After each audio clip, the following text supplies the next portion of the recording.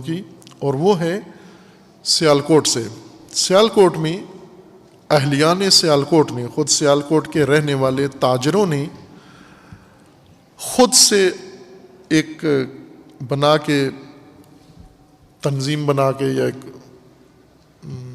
Alliance بنا کے اپنا ایئرپورٹ بنوایا، حکومت سے مدد لیے بغیر، قرضہ لیے بغیر، دوسرے ملکوں سے مدد نہیں لی، حکومت پاکستان سے مدد نہیں لی، خود جمع ہوئے۔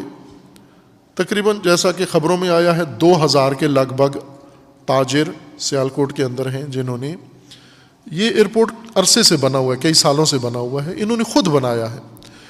اور 2 روز پہلے انہوں نے اپنی جہاز ران کمپنی بھی بنا کے 3 جہاز، ہوائی جہاز خرید کے، اور اپنی ایئر لائن سیال ایئر لائن کا بھی آغاز کر دیا ہے۔ وزیر اعظم صاحب نے باقاعدہ ربن کاٹی ہے جا کے سیالکوٹ میں۔ خوب یہ ایک اتنا اعلیٰ کام ہے پاکستان کے اندر، جس کی اگر حقیقت جانے تو بہت بڑی ایک خبر ہے ملت پاکستان کے اندر، قوم پاکستان کے اندر۔ امید کی ایک کرن ہے، ایک سمجھے کہ پاکستانیوں کے لیے ایک بہت نئی چیز سامنے آئی ہے۔ سیالکوٹ صنعتی شہر ہے، چند صنعتیں وہاں، کھیل کی صنعت وہاں سب سے زیادہ ہے، چمڑے کی صنعت ہے، اور سرجری آلات جو آپریشن میں کینچیاں چھریاں بنتی ہیں، یہ 3-4 چیزیں دنیا بھر کی مشہور اور اعلیٰ سٹینڈرڈ کی سیالکوٹ میں بنتی ہیں۔ چھوٹا سا شہر ہے سیالکوٹ، کو اتنا بڑا شہر نہیں ہے، لیکن اس کا ایک نام ہے دنیا میں پہچان ہے سیالکوٹ کی۔ کھیلوں کی گیندیں بناتے ہیں اور کھیلوں کا سامان بناتے ہیں، اور اسی طرح چمڑے کا سامان بناتے ہیں اور سرجری کا۔ اب اور بھی صنعتیں ہو گئی ہوں گی۔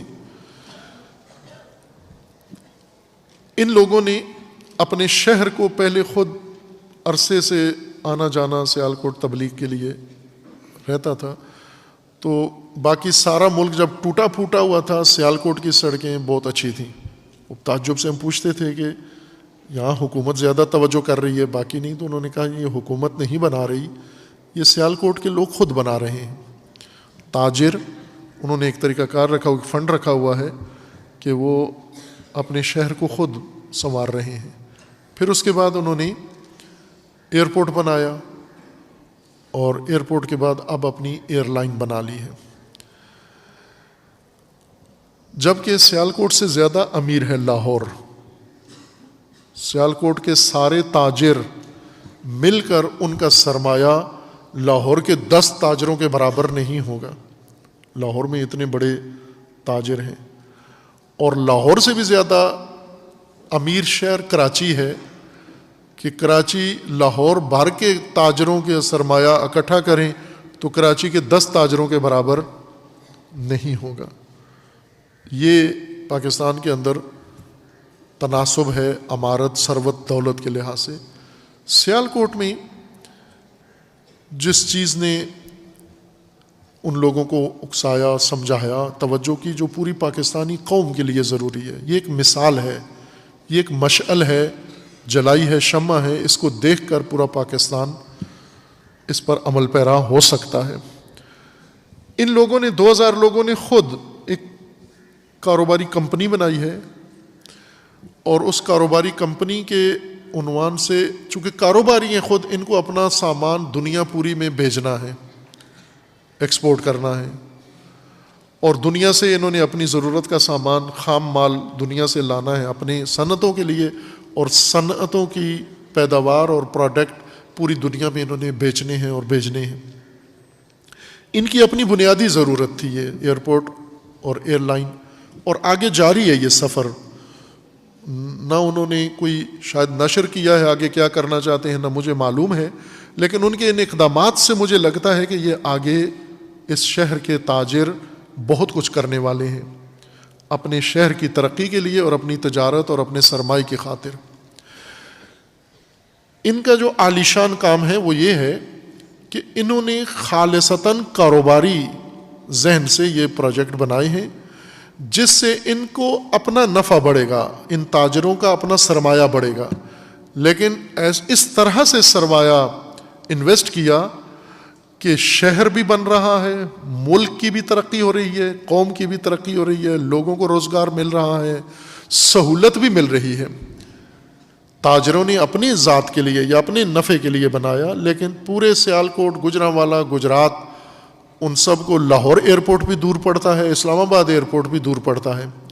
سیالکوٹ انٹرنیشنل ایئرپورٹ انہوں نے بنایا تاکہ تمام عوام بھی فائدہ اٹھائیں، باقی طبقات بھی فائدہ اٹھائیں، اور یہ سب کچھ یہ ایک کاروباری پروجیکٹ ہے۔ ایئرپورٹ ظاہر نہ مفت میں، وہاں بندہ بھی اگر جاتا ہے تو ٹیکس دے کے جاتا ہے، یعنی مفت میں وہاں بندہ بھی داخل نہیں ہو سکتا۔ جب آپ ٹکٹ کٹواتے ہیں تو اس میں ایئرپورٹ ٹیکس بیچ میں کاٹ لیا جاتا ہے، اور ایئرپورٹ ٹیکس ایک نہیں ہوتا، پارکنگ کا ٹیکس الگ ہوتا ہے، وہاں چھاؤں کا ٹیکس الگ ہوتا ہے، بجلی کا الگ ہے، لائٹ کا الگ ہے، جو ایئرپورٹ پہ سہولتیں ہیں وہ ہر ایک کا ٹیکس ہوتا ہے۔ ایک دفعہ کوئی کام پھنس گیا تھا ایئرپورٹ پر، پاکستان میں نہیں باہر، تو انہوں نے کسٹم ڈیوٹی لگا دی، تو جا کر وہ کسٹم والے سے میں نے کہا کہ یہ تو آپ ناانصافی کر رہے ہیں، تو اس نے مجھے کہا کہ ایئرپورٹ پہ جو بندہ آتا ہے یا چیز آتی ہے اس کے اوپر 32 ٹیکس لگتے ہیں، 32 ٹیکس ہیں ایئرپورٹ میں۔ تو انہوں نے بتایا کہ جو ریڑھی ہے، جو ریڑھی آپ کا سامان اٹھاتی ہے وہ بھی، اس کا بھی ٹیکس ہے، جو ریڑھی کھینچتا ہے اس کا بھی ٹیکس ہے، جہاز کے ٹائر کا الگ ٹیکس ہے، جو بس آپ کو اٹھا کے ٹرمینل میں لاتی ہے اس کا الگ ٹیکس ہے، جو پانی وہاں رکھا ہوا ہے اس کا الگ ٹیکس ہے، جو ہیٹر وہاں چل رہا ہے اس کا الگ ٹیکس ہے، اے سی وہاں چل رہا ہے اس کا الگ ٹیکس ہے۔ اس نے سارا نکال کے بتایا کہ یہ 32 ٹیکس ہیں، آپ نے ادا کرنے ہیں یہ سارے۔ اور ظاہر ہے ہر ایئرپورٹ میں دنیا میں ایسے ٹیکس اپنی جیب سے تو نہیں چلا رہے، آپ لوگوں سے ہی لے کر آپ کو سہولت دی ہوئی ہے اور چلاتے ہیں۔ سرمایہ دار کا سرمایہ بھی بن رہا ہے، منافع بھی حاصل کر رہا ہے، اور ملک کے لیے ایک اثاثہ بھی بن گیا ہے۔ شہر کے لیے کتنی بڑی سہولت بن گئی ہے، شہر کا درجہ کتنا بلند ہو گیا ہے، یعنی انٹرنیشنل ایئرپورٹ جس شہر میں ہو وہ شہری کیٹیگری میں دنیا میں الگ مقام میں درج کیا جاتا ہے۔ اب فیصل آباد یقیناً سیالکوٹ سے زیادہ امیر شہر ہے، اور فیصل آباد میں جتنی مکھیاں ہیں اتنی پورے برِ صغیر میں نہیں ہیں، جتنی گندگی فیصل آباد کے اندر ہے۔ امید ہے کہ انشاءاللہ وہ بھی ایسا کریں، اپنے شہر کو صاف ستھرا۔ حکومت سے مطالبے کرتے ہیں، دھرنے دیتے ہیں، فلاں کرے، امیر ثروت مند لوگ حکومتوں سے مطالبہ کرتے ہیں کہ حکومت ہمارے لیے یہ کرے۔ ایران میں ہم تھے تو وہاں ایرانی لوگوں کا ایک مزاج بنا ہوا ہے، انقلاب کے بعد یہ زیادہ لاڈلے ہو گئے ہیں ایرانی، اور وہ یہ کہ ایرانی جب بالغ ہوتا ہے لڑکی لڑکا تو اس کے ذہن میں یہ ہوتا ہے، یا اس کے ماں باپ کے ذہن میں، کہ حکومت نے اس کی شادی کروانی ہے۔ اگر شادی نہیں ہو رہی تو وہ حکومت کو کوستا رہتا ہے کہ یہ حکومت ہمارے لیے کچھ نہیں کر رہی۔ امام جمعہ قم کے مرحوم ہو گئے، اللہ تعالیٰ درجات بلند فرمائے، آیت اللہ امینی رحمۃ اللہ علیہ، وہ بڑا خوبصورت خطبہ دیتے تھے، تو وہ ہر جمعے کے خطبے میں حکومت کو یہ کہتے تھے کہ خدا کے واسطے ان جوانوں کی شادیاں کراؤ۔ ہم حیران ہوتے تھے کہ حکومت شادیاں کرائے، ماں باپ کیوں نہیں کراتے، یہ خود کیوں نہیں کرتے؟ یہ تو اپنے کرنے کا کام ہے کہ خود کرو شادیاں، ماں باپ کو کہو جا کر۔ وہ حکومت کو کہتے تھے مولانا کہ حکومت شادیاں نہیں کروا رہی۔ حکومت کی نالائکی میں سے ایک یہ رکھا ہوا تھا کہ اتنے جوان غیر شادی شدہ کما رہے ہیں اور پھر ان کی شادیاں نہیں ہو رہی ہیں۔ میں نے کہا پاکستان میں تو شادیاں خود کرتے ہیں لوگ، حکومت کسی کی شادی نہیں کرواتی، بلکہ حکومت تو شادیوں پہ ٹیکس لیتی ہے۔ اب بعض لاڈلی قومیں ہیں وہ سارے کام جو خود کرنے کے حکومتوں سے توقع رکھتے ہیں۔ سیالکوٹ والے باعزم ہیں، اس لحاظ سے باشعور بھی ہیں، بہت اعلیٰ شعور ہے۔ انہوں نے اس طرح سے خیرات میں نہیں دیا پیسہ کہ کمائیں خود ہم اس کو لٹا دیں، بلکہ انہوں نے انویسٹمنٹ کی ہے، یعنی کاروبار کیا ہے، ایسا کاروبار کیا ہے کہ جس میں ملک کی ترقی، شہر کی ترقی، عوام کی سہولت اور سرمایہ دار کے سرمایہ میں بھی اضافہ، بہت بڑا کاروبار بھی ہے۔ اب ایئر لائن انہوں نے بنائی ہے تو ظاہر ہے کہ وہ مفت میں تو نہیں، داتا صاحب کے نام پر تو نہیں دیں گے ٹکٹ کے جی جو بھی آتا ہے داتا صاحب کا نام لیتا ہے اس کو ٹکٹ دے دیں گے، اس کو پیسے لیں گے ٹکٹوں سے، پروفٹ کمائیں گے۔ پہلے ایئر لائنیں بنتی تھیں وہ ایئر لائنیں ذاتی تھیں، ایک پی آئی اے گورنمنٹ کی تھی جو تباہ کر دی گئی ہے، ایئر بلیو ایئر لائن ہے پاکستان کے اندر، بہت ساری بن کے تباہ ہو گئیں، بہت ساری کامیاب ہو گئی ہیں۔ ایئر بلیو ایک سیاستدان کی ہے، یہی شاید خاقان عباسی صاحب ہیں، ان کی ہے یہ، اور یہ اس سے پیسے کما رہے ہیں، کروڑوں ڈالر ان کی، اگر روزانہ نہ کہوں تو ماہانہ ان کی آمدن ہے، ایئر لائن میں اتنا سرمایہ ہے۔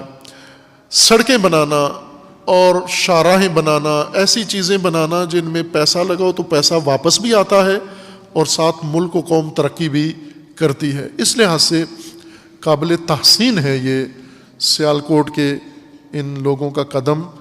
اور کل میں نے اخبار میں ان کے متعلق ایک آرٹیکل پڑھا، اس میں ایک لکھا ہوا تھا، ایک کمزوری ان کی لکھی ہوئی تھی کہ ان کے 2000 ان کے اپنے سابقہ عہدیدار نے، یہ غالباً انٹرویو تھا اس کا، کہ 2000 لوگ ہیں جنہوں نے سرمایہ ڈال کے یہ ساری انویسٹمنٹ کی ہے، تو اس نے کہا کہ یہ 2000 کمپنی کے اندر سارے ڈائریکٹر کی حیثیت رکھتے ہیں، اور جب کس کمپنی میں 2000 ڈائریکٹر ہوں تو اس کمپنی میں خطرات زیادہ بڑھ جاتے ہیں۔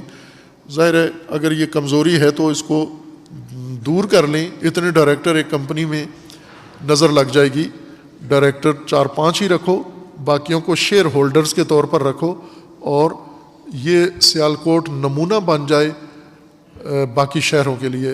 گجرانوالہ امیر شہر ہے، بہت بڑے بڑے، ابھی ایک امیر نے گجرانوالہ میں شادی کی ہے اپنے بیٹے کی، اور اس کی شادی میں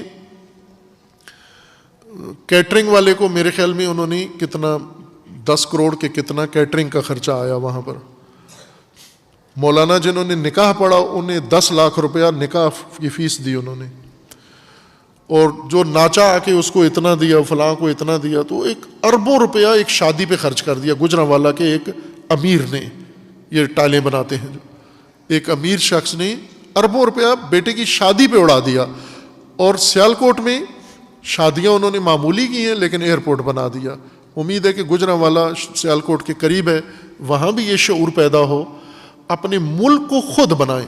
یہ بات بہت پر امید ہے پاکستانی قوم کے لیے کہ اگر ہماری قوم یہ جذبہ پیدا کر لے، یہ شعور پیدا کر لے، کسی چیز کی کمی نہیں ہے۔ انہوں نے کسی نہ IMF سے مانگا، نہ FATF میں پھنسے، نہ ورلڈ بینک سے، نہ عربوں سے، نہ غیر عربوں سے، کہیں سے گدائی نہیں کی، خود محنت کر کے پیسے کما کے اپنے ہی شہر کو آباد کرنے کے لیے انہوں نے یہ قدم اٹھایا ہے۔ سیالکوٹ میں یعنی یہ جذبہ، یہ ایک شعور ہے، ظاہر ہے فرد میں نہیں ہوتا، کسی ایک نے یہ شعور دیا ہے ان کو، اللہ تعالیٰ اسے جزائے خیر دے اور ان کے اس کام کو خدا محفوظ رکھے آفات سے، اور اسی طرح یہ اپنے شہر کو اور ملک کو ترقی دیتے رہیں۔ یعنی یوں نہ سمجھے کہ یہ سیالکوٹ کا ہے، میں یہ سمجھتا ہوں کہ سیالکوٹ میں ایئر لائن بنی ہے، یہ پاکستان کی ترقی کا ایک قدم اٹھایا ہے، ایئرپورٹ بنا ہے، پاکستان کی ترقی کا ایک قدم اٹھایا ہے۔ یوں نہ سمجھے کہ سیالکوٹ والوں کا ہمارا اس سے کوئی تعلق نہیں ہے۔ جب پاکستان ہمارا ہے تو پاکستان کے لیے کوئی بھی اگر قدم اٹھاتا ہے تو ہمیں تحسین تو کم از کم حق بنتا ہے، قدردانی کی اس کی کریں کہ یہ کام کریں، اور دوسرے بھی سیکھیں ان سے۔ کراچی والوں میں اگر اس کا آدھا شعور بھی آ جائے تو کراچی دنیا کا سب سے بہترین شہر بن سکتا ہے، اور یہ سہولتیں کراچی میں، کراچی کی سڑکیں، سب سے لاہور کا سب سے جو گندا علاقہ ہے کراچی کا ڈیفنس اس کے برابر ہے، کچرے سے بھرا ہوا۔ ابھی پچھلے دنوں سیلاب آیا تو ڈیفنس والے ڈوبے ہوئے تھے سارے، ان کے گھروں میں گندا پانی گھسا ہوا ہے اور ان کے سارا زندگی مفلوج ہو گئی۔ ڈیفنس سوسائٹی جس میں ہر گھر میں اربوں پتی انسان رہتا ہے، ڈیفنس کے ہر گھر کا رہائشی اربوں روپے کا مالک ہے، اربوں روپے اس کی جائیدادیں پراپرٹی ہے، لیکن ڈیفنس سوسائٹی کی حالت دیکھو کیا ہے۔ کچھ خود بھی کرو، حکومت کے اوپر سارا ڈال کے رکھو گے، شادیاں بھی تمہاری کرائے اور پھر باقی بھی کرائے، حکومت کو بیت المال لوٹنا چھوڑو، بنانا شروع کرو۔ سیالکوٹیوں نے ملک لوٹا نہیں ہے بلکہ اپنی جیب سے ملک بنانے کا عزم کیا ہے۔ یہ سبق ہے تمام ملت کے لیے۔